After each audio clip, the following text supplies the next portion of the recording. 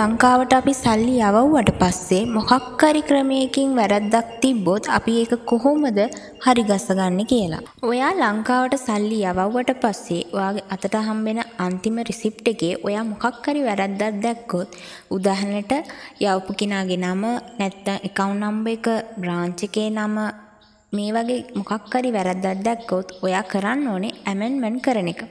ඒ කියන්නේ සංශෝධනාවක් දෙන්න ඕනේ. ඉතින් අපි මේ amendment එක කොහොමද කරන්න කියලා බලමු. ඔයා මුලින් කරන්න ඕනේ අතේ තියෙන රිසිප්ට් එකයි ID කාඩ් එකයි අරගෙන අදාළ branch එකට යන්න ඕනේ. ඔයා branch එකට ගියාට පස්සේ එතන ඉන්න staffට කියන්න ඕනේ mistake එකක් වෙලා තියෙනවා මට amendment කරන්න ඕනේ කියලා. ඊට පස්සේ ඒ staff ඔයාගේ amendment form එක ලෑස්ති කරයි. එතනදී ඒ staff ඔයාගෙන් අහයි හරි විස්තර ටික දෙන්න කියලා.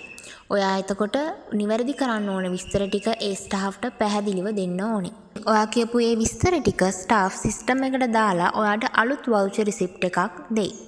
ඔයා ඒකේ තියෙන විස්තර ටික හරිද කියලා දෙපාරක් විතර චෙක් කරලා හරිනම් ඒක සයින් කරලා ස්ටාෆ්ට ආයෙ බාර දෙන්න ඕනේ.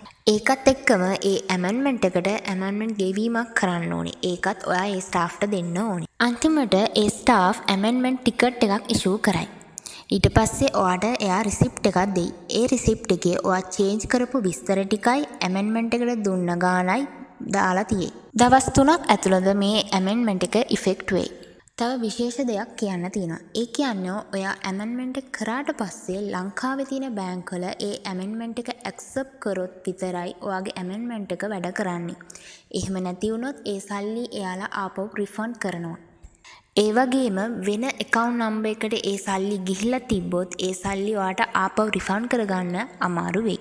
අන්න ඒ හින්දා අපි කලින් වීඩියෝස් වල කියලා තියෙන විදිහට ඔයාලා සල්ලි දානකොට අනිවාර්යයෙන්ම විස්තර ටික හරිද කියලා දෙපාරක් විතර අනිවාර්යයෙන්ම චෙක් කරලා ඔයාලා සල්ලි දාන්න. මේකේ ඔයා දැනගන්න ඕන දෙයක් තමයි එක්ස්ප්‍රස් මනි හරහා ඔයා සල්ලි දානවා නම් ඒක amendment කරන්න කිසිම ගාස්තුවක් දෙන්න ඕනේ නැහැ.